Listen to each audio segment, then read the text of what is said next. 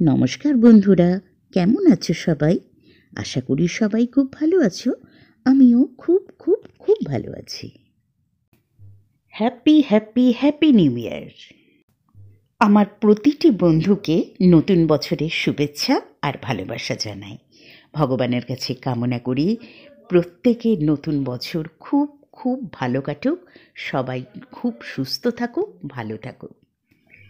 এখন আমি চলে এসেছি উড়িষ্যার 108 শিব মন্দিরে।